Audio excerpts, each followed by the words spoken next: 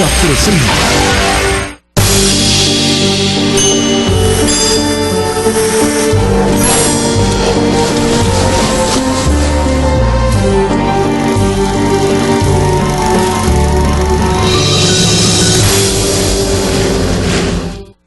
Y si así no lo hiciere, que la nación me lo demande.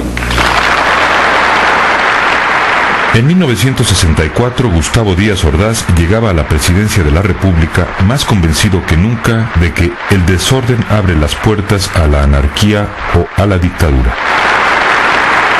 Desde el primer día quedó claro cuál sería su estilo personal de gobernar. Sería el puro y desnudo ejercicio del poder. Gobernadores, presidentes municipales, magistrados, sindicatos, organizaciones campesinas, legisladores, salvo un puñado de diputados de oposición, todos se cuadraban ante el señor presidente.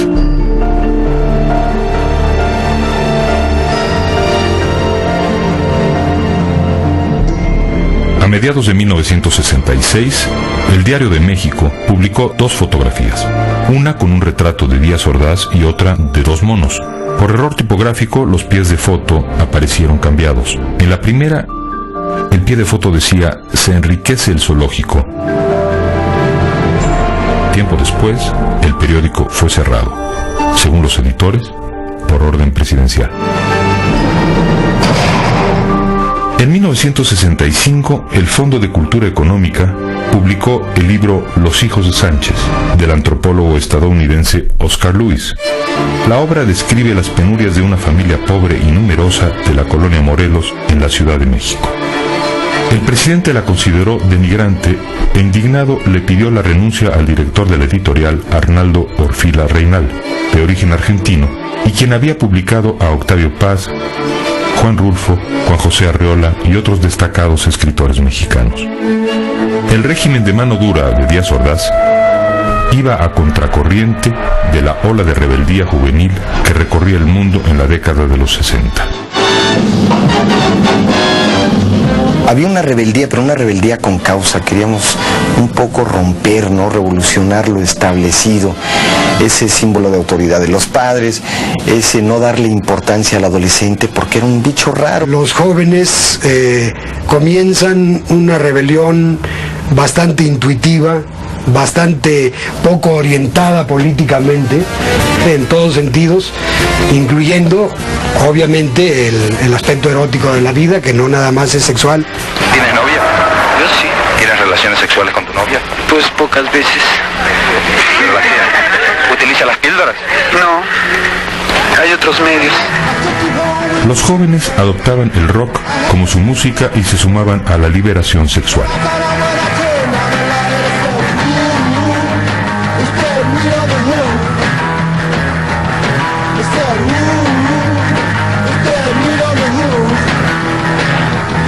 Para la gente conservadora, los hippies, sus gustos y costumbres, fueron una seria amenaza primero en Estados Unidos y luego en otras partes del mundo. Para muchos jóvenes, la Revolución Cubana llegaría a ser uno de sus principales símbolos. Que no se puede confiar en el imperialismo, pero ni tantito, nada. En los años 60, también en México la rebeldía llegaría a ser la marca distintiva de la juventud. Los padres eran la momisa, que no entendía nada y se escandalizaba con las melenas de los hombres, las minifaldas de las mujeres y el rock. Decían que Díaz Ordaz no quería que Caballero corrompiera a su hijito Alfredo y que no quería que tuviera contacto con el rock and roll. Resulta de que Alfredito es rock and rollero.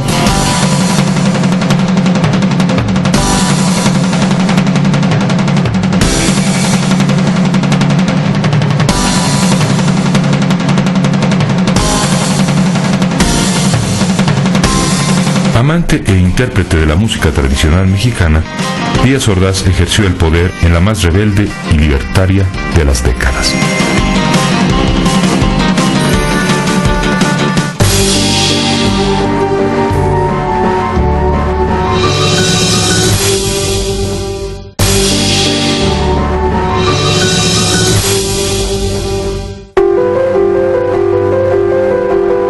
Durante el sexenio de Díaz Ordaz, La economía en México tuvo un fuerte crecimiento, como ocurrió en casi todo el mundo durante la próspera década de los 60. El país vivía el cenit de la confianza económica. Los salarios se incrementaban 6.4% anualmente en términos reales. El conjunto de las clases medias se habían beneficiado del crecimiento económico del país, accedían a los condominios, accedían a los bienes de consumo duraderos, tenían en sus casas aparatos electrodomésticos, televisores, autos. Había una gran expansión de las clases medias. El país gozaba de una balanza comercial equilibrada. Buena parte del éxito económico radicaba en el respeto del presidente a la autonomía de su secretario de Hacienda, Antonio Ortiz Mena. Tuvimos mucho cuidado de que el dinero del exterior se usara exclusivamente para proyectos que generaran las divisas suficientes para cumplir con la obligación que estábamos contrayendo. La inversión extranjera llegaba con fluidez. La inflación promedio era del 2.6%, menor a la de Estados Unidos en el mismo periodo. El tipo de cambio era idéntico al de 1954, 12.50 pesos por dólar. A fin de acelerar el desarrollo, acudimos al financiamiento externo y en el respeto absoluto a una limitación que nos hemos fijado nosotros mismos: no rebasar jamás nuestra capacidad de pago. El conjunto de la deuda de la independencia para acá eran 3.800 millones de dólares al 31 de diciembre de 1970, una cantidad absolutamente manejable y toda etiquetada para qué se había pedido prestado y en qué lo habíamos invertido. Aunque no se desterró la corrupción, el control presupuestal fue más estricto. Las inversiones públicas que se hicieron, por ejemplo en proyectos turísticos, de vivienda, artesanías y comercio exterior, fueron productivas. Entonces era más amplia la puerta al éxito que ahora. En los años 60, quien terminaba la carrera de medicina sabía que tenía un panorama más o menos decente. Entonces era más fácil para un ingeniero, para un arquitecto, montar su despacho o su consultorio. Hombre de carácter meticuloso, restrictivo, austero, Díaz Ordaz demostró siempre gran responsabilidad y honestidad personal en la administración de los recursos públicos. Desde el sexenio anterior se había opuesto a que México celebrara los Juegos Olímpicos, pues los consideraba excesivamente onerosos. Los rasgos de la personalidad de Díaz Ordaz, tan positivos en el ámbito de la economía y las relaciones internacionales, mostraron su cara negativa en el ámbito de la política interior, en el trato del mandatario con sus gobernados. En 1964 ya no había sindicatos disidentes que calaran a Díaz Ordaz, como los ferrocarrileros y petroleros habían hecho con sus antecesores. Los dirigentes obreros seguían presos en el Palacio Negro de Lecumberri, acusados del delito de disolución social. De modo que el desafío vino por donde menos lo esperaba, de un sector de la clase media profesional, el de los médicos.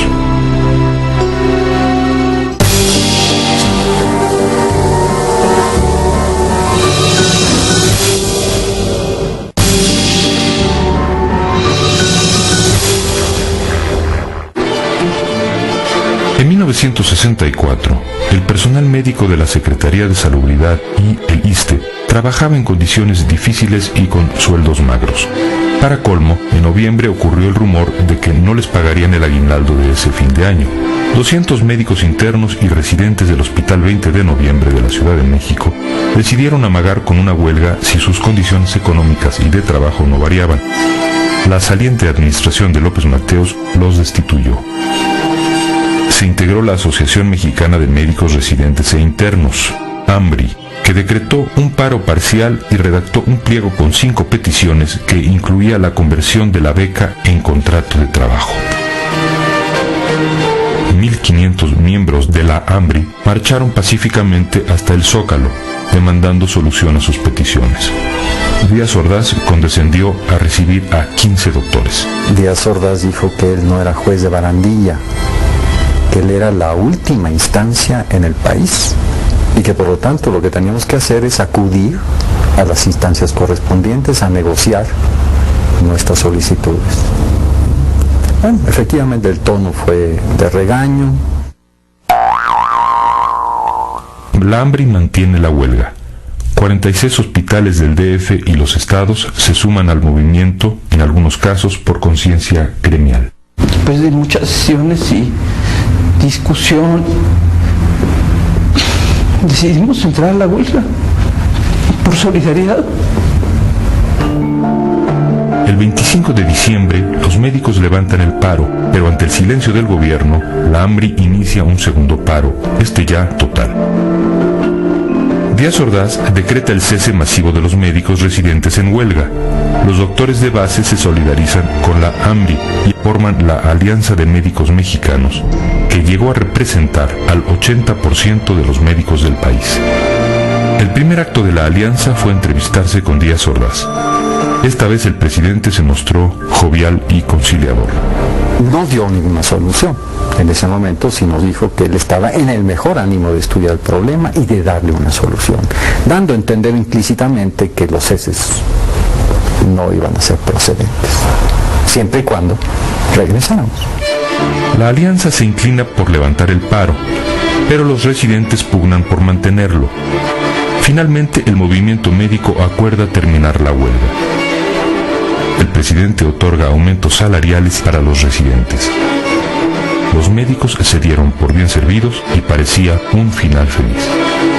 Sin embargo, la conversión de la beca en un contrato de trabajo no es concedida. Los médicos residentes deciden efectuar un nuevo paro. A cambio de contratarlos como trabajadores, el gobierno exigió que se afiliaran a los sindicatos del sector salud y lanzó a la prensa y al sindicalismo oficial contra el movimiento. Y fue cuando él empezó por primera vez a hablar de influencias externas y que el movimiento obedecía a otros fines y ese tipo de cosas que después fueron tan comunes en el 68. Después de una última marcha al Zócalo, en la que fueron agredidos lanzándoles huevos y jitomates, el movimiento suspende la huelga el 28 de mayo. Días más tarde, el mandatario lanza un decreto en el que se otorga un aumento general y esta vez ignora las demandas que la alianza le había presentado un mes antes. Los doctores de base son ahora los que se declaran en paro. La AMBRI y las enfermeras del Hospital 20 de Noviembre se les unieron. Y Díaz Ordaz todavía dijo, antes de ceder estaba dispuesto a rendir su informe aunque tuviera que pasar por una valla de batas blancas.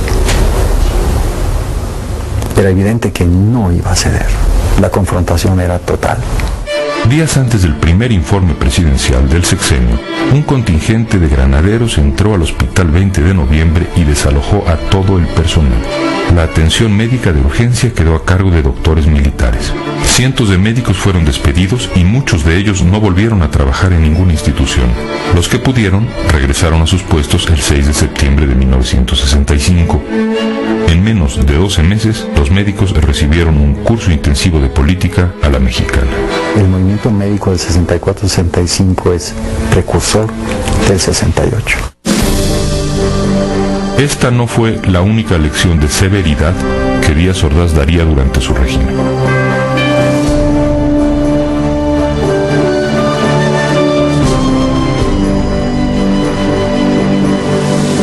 Los jóvenes reciben cada día oportunidades de mejor preparación. Son pues cada vez en mayor grado deudores de la nación, obligados a luchar por una causa grande, justa y pura, la causa de México. En México, el primer brote de rebeldía estudiantil surgió en la ciudad de Morelia en el seno del Colegio de San Nicolás, en 1966. El móvil inicial del movimiento fue el alza de las tarifas del transporte público. Policías vestidos de civiles asesinaron al alumno priista Everardo Rodríguez. El gobierno culpó del crimen a los agitadores profesionales coludidos con extranjeros. El 12 de octubre, en una inmensa manifestación, los estudiantes exigieron la desaparición de poderes en el Estado. Díaz Ordaz ordenó enviar tropas a Morelia. El ejército marchó de noche por las calles de la ciudad, bajo el sonido de los tambores de guerra, y se produjo la ocupación militar de la universidad. El gobierno aprovechó el operativo para realizar una limpia de las casas de estudiantes. Un año después, la operación militar se repitió en la Universidad de Sonora.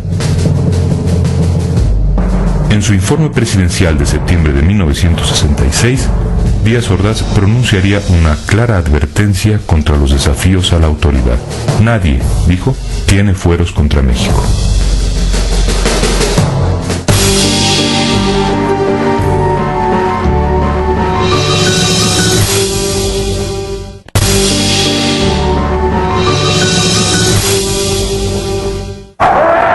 Todo comenzó el 22 de julio de 1968 con un pleito entre dos grupos de estudiantes. Un juego de tochito de fútbol americano en la plaza de la Ciudadela derivó en una batalla campal entre alumnos de una vocacional del Instituto Politécnico y los de una preparatoria incorporada a la Universidad Nacional. El cuerpo de granaderos de la policía capitalina intervino y a golpes disolvió la gresca. Luego invadió las instalaciones de la Vocacional 2 y golpearon a los alumnos. El día 26, dos manifestaciones coinciden en las calles cercanas al centro de la ciudad. Estudiantes de filiación comunista conmemoran el asalto de Fidel Castro al cuartel Moncada y estudiantes del Politécnico marchan para protestar contra la brutalidad de los cuerpos policíacos. Un contingente numeroso enfila hacia la Plaza de la Constitución, pero la policía montada y los granaderos cargan violentamente contra los estudiantes. Los estudiantes responden incendiando autobuses. La policía lanza gases lacrimógenos. De gira por la costa del Pacífico, el presidente recibe una llamada del secretario de Gobernación, Luis Echeverría, quien le describe una inminente hecatombe. Los estudiantes se atrincheraban en sus planteles y varias escuelas se hallaban en huelga. El ejército interviene en el conflicto de manera dramática. De noche los soldados cumplen la orden de entrar en la preparatoria 1 en San Ildefonso. Al parecer, mediante un bazucazo, destruyen la gran puerta de madera labrada del siglo XVIII y se abren paso hacia el interior del edificio. El gobierno encarcela a algunos estudiantes y a parte del comité del Partido Comunista. A una semana de comenzado el conflicto, se habla ya de 400 lesionados y 1000 detenidos. En Ciudad Universitaria, el rector Javier Barros Sierra iza la bandera a media asta y pronuncia un discurso contra la ocupación de los planteles universitarios por el ejército. Necesitamos demostrar al pueblo de México que somos una comunidad responsable, que merecemos la autonomía, pero no solo será la defensa de la autonomía la bandera nuestra en esta expresión pública, será también la demanda de exigencia por la libertad de nuestros compañeros presos. Señores, al día siguiente, Barrosierra encabeza una marcha de más de 50.000 personas sobre la Avenida de los Insurgentes, donde se escuchó por primera vez el lema 1000 veces repetido en el 68: Únete, pueblo. Las familias aplaudían a los estudiantes y al valeroso rector que los encabezaba. Al poco tiempo surgió la frase perfecta para designar lo que ocurría: ganar la calle. En los primeros días de agosto se constituyó el Consejo Nacional de Huelga con representantes de casi todas las escuelas de educación superior de la capital y buena parte del país. Poco después nació la coalición de maestros, entre cuyos líderes destacaba Eberto Castillo. El día 4, el CNH publicó un pliego petitorio de 6 puntos en el que demandaba, entre otras cosas, el cese de los jefes policíacos y la desaparición de los cuerpos represivos, la libertad a los presos políticos y la derogación de los artículos 145 y 145 bis del Código Penal, que se refieren a los delitos de disolución social.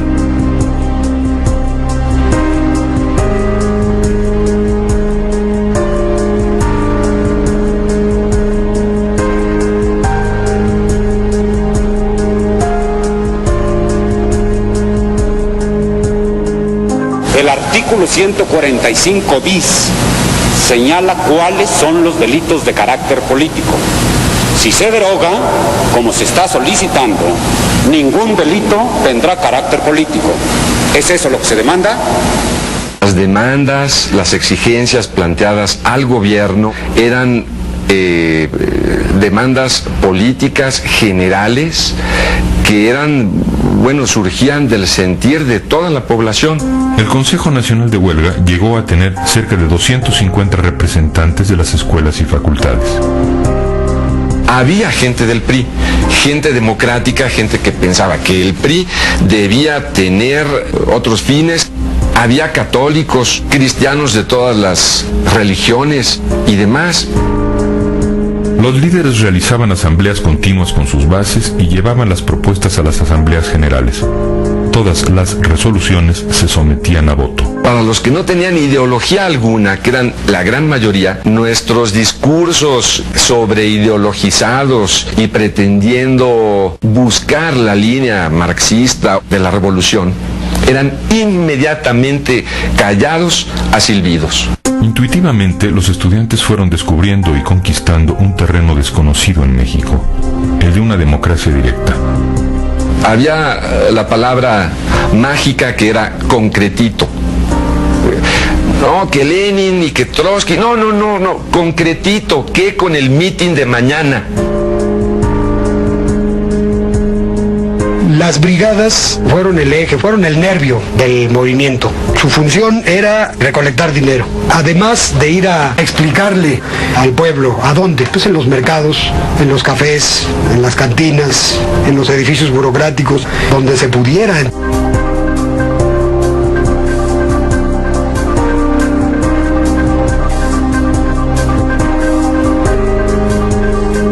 En aquella época de oro, predominaba el tono festivo y deliberante. Se encendían fogatas, se cantaban canciones de la Guerra Civil Española. La universidad se había convertido en una inmensa plaza pública.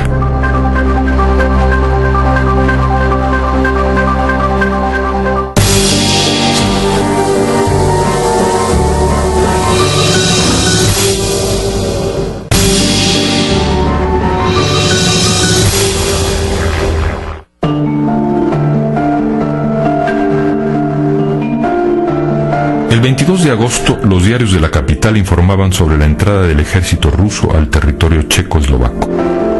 El rostro deshecho de Alexander Dubček y los jóvenes checos frente a los tanques testimoniaban el aplastamiento de la primavera de Praga. En México, el 27 de agosto, el movimiento estudiantil alcanzó su cenit. Se lucha incansablemente por nunca dejarla de percibir, porque... Una imponente manifestación llegó al Zócalo. En esa ocasión los gritos fueron distintos. No queremos olimpiadas, queremos revolución. En las bardas, en los postes, hasta en las propias paredes del Palacio Nacional, se pegaron efigies del Che Guevara junto a profusas mentadas a Díaz Ordaz. Alguien pintó la ecuación GDO igual a DO. Un cartel delineaba el perfil del presidente en el de un orangután. Se cantaba mucho, es Corona del Rosal, embotellado, Díaz Ordaz, güey, Díaz Ordaz, güey, Jojo, Chimín, Díaz Ordaz, chin, chin, chin. Bueno, una serie de consignas cantadas que implicaban ciertas majaderías, ¿verdad? Por primera vez el pueblo sale y puede gritar contra los funcionarios su real sentir. Era la noche de la desacralización de los símbolos patrios y nacionales.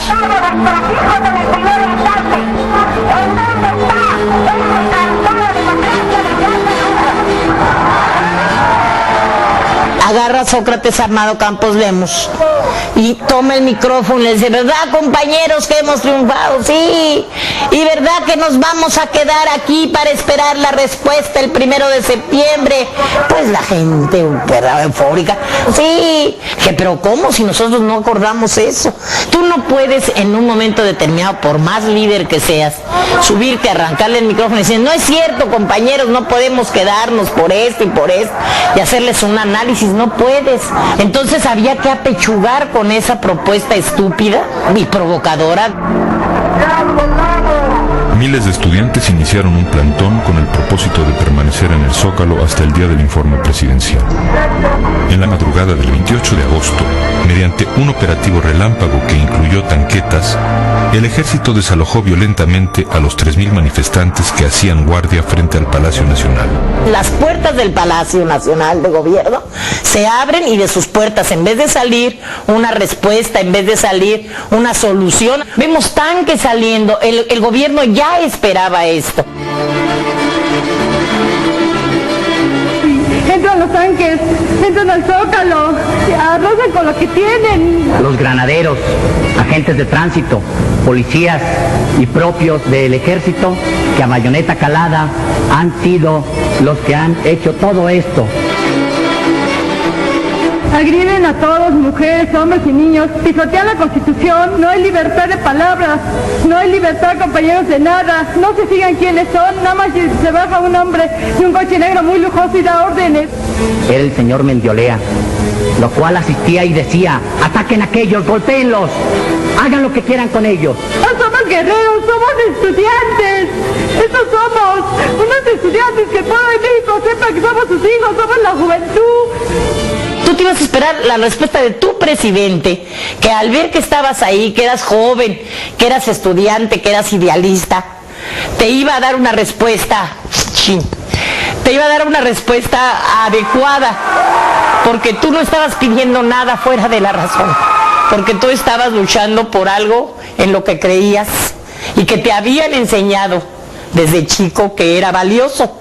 Tu bandera, tu patria, tu himno, tu todo. El CNH comprendió los costos de los excesos verbales y simbólicos de la noche anterior. De inmediato reiteró su disposición al diálogo. Aún así, los signos de endurecimiento aumentaron. El ejército apostó tanques en las afueras de la universidad y del Politécnico días antes del informe presidencial. Hemos sido tolerantes hasta excesos criticados, pero todo tiene un límite y no podemos permitir ya que se siga quebrantando irremisiblemente el orden jurídico como a los ojos de todo mundo ha venido sucediendo. Aunque debilitado, el 13 de septiembre el movimiento daría una nueva batalla cívica que permanecería hondamente en el recuerdo de muchos. La llamada Manifestación del Silencio. Cerca de 200.000 jóvenes marcharon con pañuelos en la boca. Luis González de Alba la describiría así. De aquellas decenas y después de cientos de miles, solo se oían los pasos. El silencio era más impresionante que la multitud. Parecía que íbamos pisoteando toda la verborrea de los políticos, todos los discursos, toda la demagogia. El 18 de septiembre el ejército ocupa la ciudad universitaria y el 24 de septiembre el ejército toma el casco de Santo Tomás después de horas de batalla campal entre estudiantes y policías. Algunos líderes son detenidos y enviados a la cárcel de Lecumberri. La capital del país vive un estado de sitio apenas disfrazado. El día 30 el ejército sale de la ciudad universitaria. El 2 de octubre 3 líderes estudiantiles iniciaban las pláticas oficiales con representantes del gobierno en la casa de Barrosierra. El movimiento estudiantil declinaba de manera evidente. Mermados y golpeados, los dirigentes que quedaban libres convocaron a un mitin en la Plaza de las Tres Culturas en Tlatelolco.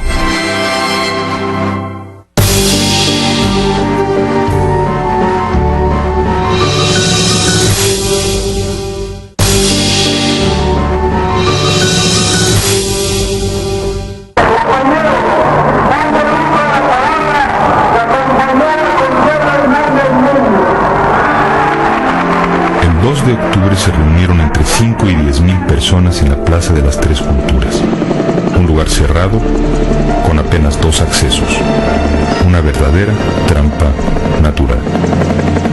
Queríamos que fuera un mitin muy rápido porque acabábamos de salir pues de la ocupación de las escuelas por el ejército, entonces era llegar y salir rápido.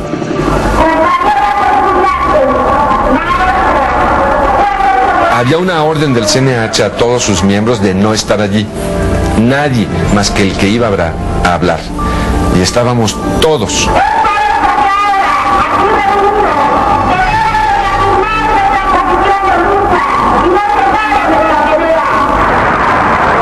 Desde la mañana los tanques se habían apostado en los alrededores de la plaza. Junto a ellos, los soldados limpiaban sus bayonetas.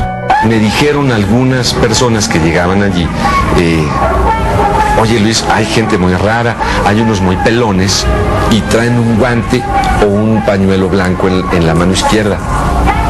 Pues, bueno, pues han de ser policías.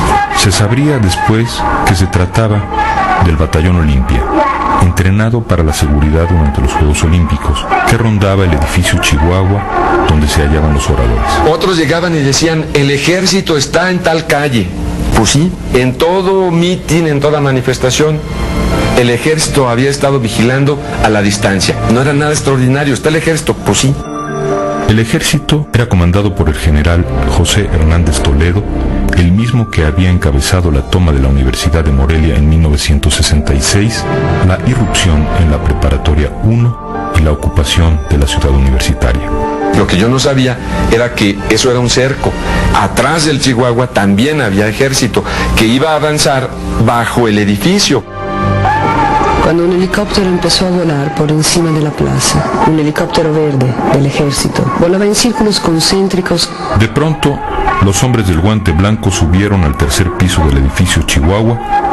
Entonces me preocupé y le dije a los chicos, miren, están tirando bengalas, y si tiran bengalas significa que tienen la intención de disparar. Y como sabían que había estado en Vietnam, me dijeron, hey, tú ves las cosas como en Vietnam. Apenas me decían esto, empezaron los disparos. Aparecen un montón de manos haciendo esto, manos con guante blanco, con trapo blanco, aparecen haciendo así, ¡taz!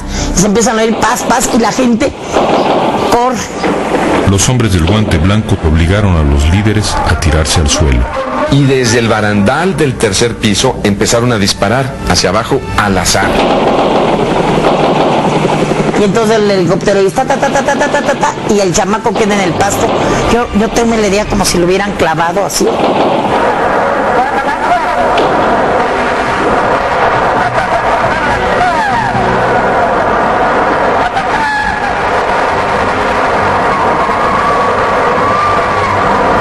Entonces hubo un momento en que los que estaban disparando desde el barandal en el tercer piso hacia abajo, le dieron a soldados que en ese momento traspasaron el borde del edificio y le empezaron a disparar al Batallón Olimpia. Los fusiles no los dirigían hacia arriba, los dirigían hacia abajo.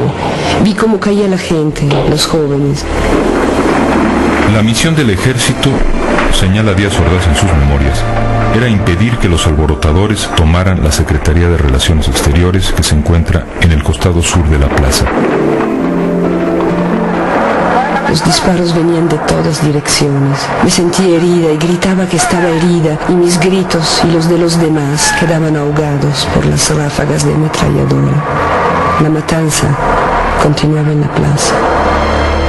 La gente se dispersaba aterrorizada, tratando de escapar de la lluvia de balas que caía sobre ella. El fuego nutrido duró poco más de una hora. A las 7:45 una tanqueta disparó contra la plaza. Que el grueso del fuego que se oyó durante tanto rato fue el ejército en ese cerco, con la gente en medio. Y allí vino la gran matanza. En su descripción de los momentos cruciales, el presidente señala: están disparando desde los altos de uno de los edificios cercanos. Son ellos los que están disparando. La balacera dura poco. El ejército respondió a los tiros que no sabía bien de dónde venían. La balacera continuó hasta las 11 de la noche. La lluvia comenzó a caer mezclándose con la sangre. Todavía al día siguiente se siguieron escuchando tiros aislados. Los detenidos esa noche fueron más de 2,000. Muchos fueron desnudados, golpeados, dejados. Hay redada de agitadores, prosigue la versión presidencial. Los detenidos son llevados al campo militar número 1 para ser examinados. Se practica una requisa de metralletas. Hubo clara consigna de no dejar huella de la matanza. Se apagaron las luces de la plaza y sus alrededores y se cortaron las líneas telefónicas. El ejército amenazó a los fotógrafos y a un periodista extranjero. Lo hirieron con bayonetas para obligarlo a soltar el rollo de su cámara. Se impidió la entrada de las ambulancias a la plaza. La censura informativa se extendió a los hospitales, donde la policía impedía el paso de quienes llegaban a preguntar por algún familiar. Se contaba con que iba a haber represión, con que podía haber represión, pero no de la magnitud con la que se dio el 2 de octubre. Fue una represión feroz, inusitada, cobarde, que cortó de tajo con el movimiento y con la vida de más de 300 mexicanos.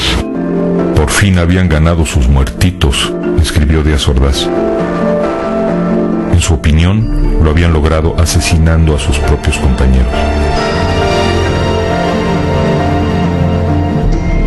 El 3 de octubre, la prensa habló de unos 20 muertos. En un libro publicado 3 años después, Elena Poniatowska citó el testimonio de una madre que desde una ventana buscaba a su hijo y que contó 65 cadáveres en un solo lugar. Díaz Ordaz, 9 años después de la matanza, concedió que murieron 40 personas entre estudiantes y militares. La cifra real se desconoce porque los cuerpos desaparecieron. Es probable que fueron quemados. A la mañana siguiente, recuerda un testigo, la plaza estaba roja de sangre que quisieron cubrir con aserrín. No es casual, declaró Octavio Paz un mes más tarde, que los jóvenes hayan caído en la antigua plaza de Tlatelolco. Allí precisamente se encontraba, decía Paz, el templo azteca, Teocalli, donde se hacían sacrificios humanos. Los versos de un poeta náhuatl describían con exactitud lo ocurrido. Y el olor de la sangre mojaba el aire, y el olor de la sangre manchaba el aire.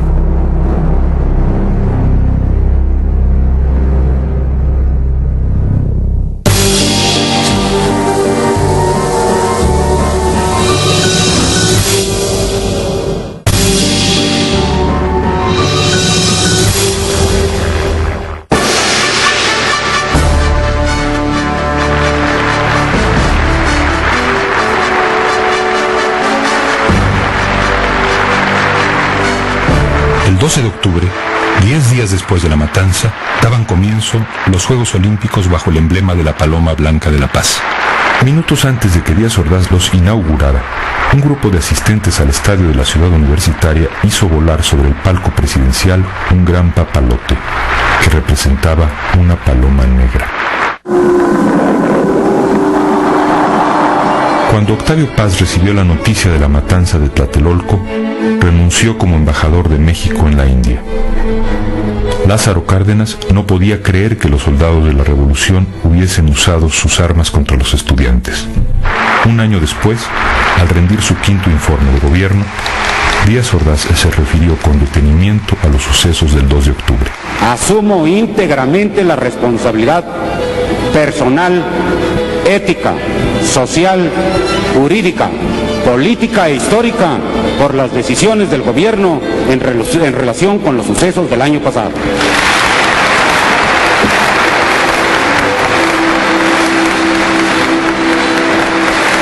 Al término del informe, un experimentado político le comentó a otro: el tapado es Echeverría. Colocando sobre sí toda la responsabilidad por la matanza, Díaz Ordaz le franqueaba a su secretario de Gobernación el camino a la presidencia. Díaz Ordaz estaba seguro de haber resuelto el rompecabezas de la conjura contra México. Lo cierto es que careció de tranquilidad el resto del sexenio. Sus problemas gástricos empeoraron. En 1970, Díaz Ordaz arribó al Estadio Azteca en un helicóptero. Debía inaugurar el Campeonato Mundial de Fútbol y se sometería al veredicto público. El repudio fue general.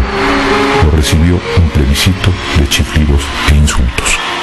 Declaro solemnemente inaugurado el 9º Campeonato Mundial de Fútbol, Copa Jules Rimet.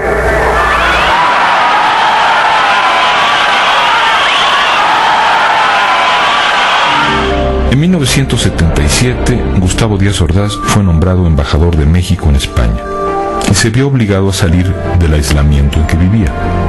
Cuando los periodistas le hicieron las preguntas obligadas sobre el 68, contestó acompañando las palabras con golpes en la mesa. Que va a España un mexicano limpio que no tiene las manos manchadas de sangre.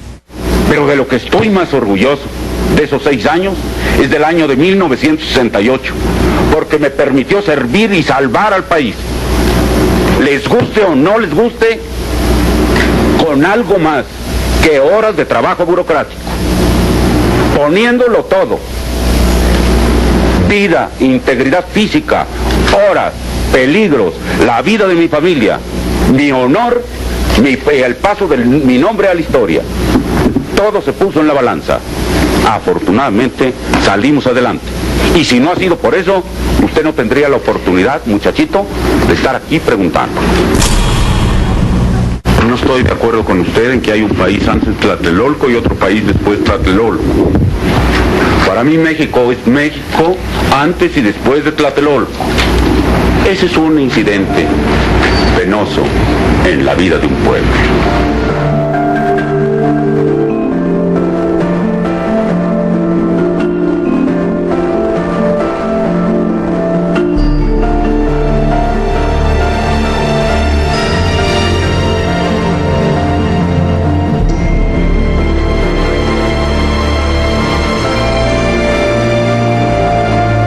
Díaz Ordaz murió en 1979 de cáncer en el colon. De todos sus errores de apreciación, ninguno superaría a los contenidos en aquella frase. La historia la reescribiría así: México no fue el mismo antes y después de Tlatelolco, y no lo fue, en parte muy importante, debido a Tlatelolco.